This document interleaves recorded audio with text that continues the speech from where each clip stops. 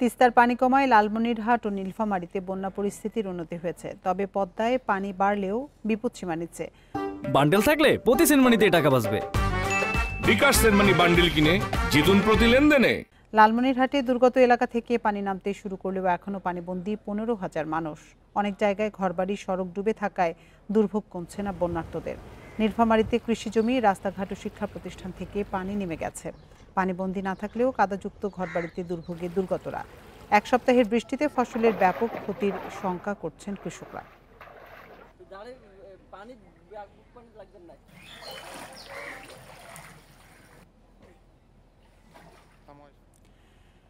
এ নিয়ে জানাতে লালমনিরহাট থেকে আমাদের সাথে যোগ দিচ্ছেন সহকর্মী মাহফুজ রহমান। মাহফুজ রহমান, লালমনিরহাট থেকে তো পানি নেমেছে, তারপরেও 15,000 মানুষ পানিবন্দী রয়েছে এখনো। প্রশাসনের পক্ষ থেকে দুর্গতদের কি ধরনের সহযোগিতা করা হচ্ছে?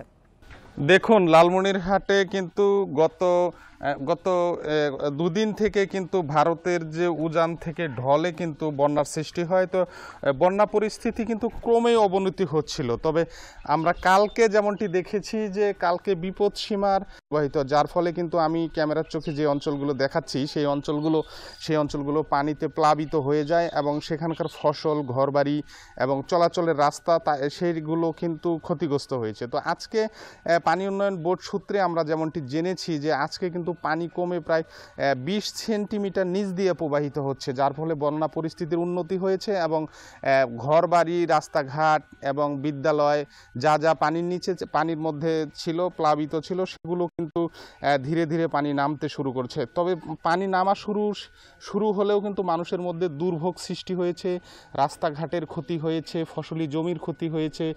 সব মিলে কিন্তু তাদের দুর্ভোগ এখন চরমে। আমরা বানভাসী মানুষের সাথে সকালবেলা এসে কথা বলেছি, তাদের সাথে কথা বলে আমরা যেমনটি জেনেছি যে তাদের পানি কমে গেলেও তাদের কিন্তু দুর্ভোগ কমেনি। তারা এখন দুর্ভোগের মধ্যে রয়েছেন এবং তারা বলছেন যে এই দুর্ভোগ কতটা কাটিয়ে উঠতে পারবেন। তো আমরা কথা বলে দেখেছি যে সাধারণ মানুষ কিন্তু এই পানির এখন বাড়ির ভিতরে যে পানিগুলো ছিল সেগুলো চলে গেছে, রাস্তাঘাট থেকে চলে গেছে। পাশাপাশি নদীর পানি কিন্তু আমরা যদি বলি, পানি উন্নয়ন বোর্ড থেকে বলা হয়েছে যে বন্যা পরিস্থিতির ক্রমেই উন্নতি হবে, উজানের যে ঢল সেটি কিন্তু কমে গেছে। আমরা যেমনটি পানি উন্নয়ন বোর্ডের সাথে কথা বলে জেনেছি যে 18-20 সেন্টিমিটার নিচ দিয়ে প্রবাহিত হওয়ার কারণে নিম্ন অঞ্চলে যে পানিগুলো ছিল সেই পানিগুলো কিন্তু ধীরে ধীরে আবার নদীর গভীরে চলে যাবে। নদীর গভীরে চলে যাওয়ার পরে কিন্তু এই বিষয়টা কিন্তু বন্যা পরিস্থিতির উন্নতি হবে এবং বন্যা পরিস্থিতির উন্নতি হলে কিন্তু দুর্ভোগ যে যতটুকু সেই ক্ষতিচিহ্ন কিন্তু দেখা যাবে। আমরা ক্ষতিচিহ্ন যদি বলি সেটি হচ্ছে রাস্তাঘাট, কিন্তু অনেক রাস্তাঘাট কিন্তু ক্ষতিগ্রস্ত হয়েছে, মানুষের যে বাসস্থান বা বাড়িঘর সেগুলো ক্ষতিগ্রস্ত হয়েছে। পাশাপাশি সবচেয়ে বেশি ক্ষতিগ্রস্ত হয়েছে যে মৌসুমি যে ধান রোপা আমন, সেই আমন ধানের কিন্তু ধানের ব্যাপক ক্ষতি হয়েছে। আমরা কৃষি কর্পোরেশনের সাথে, কৃষি বিভাগের সাথে কথা বলে আমরা যেমনটি জেনেছি যে এই বন্যায় কিন্তু 731 হেক্টর জমি কিন্তু পানির নিচে চলে গিয়েছিল, সেগুলো কিন্তু ধীরে ধীরে ভাসতে শুরু করেছে। তবে কৃষি বিভাগ বলছে যে কিছু কিছু ফসলি জমি কিন্তু সম্পূর্ণই ক্ষতিগ্রস্ত হয়েছে এবং কিছু কিছু আংশিক ক্ষতিগ্রস্ত হয়েছে।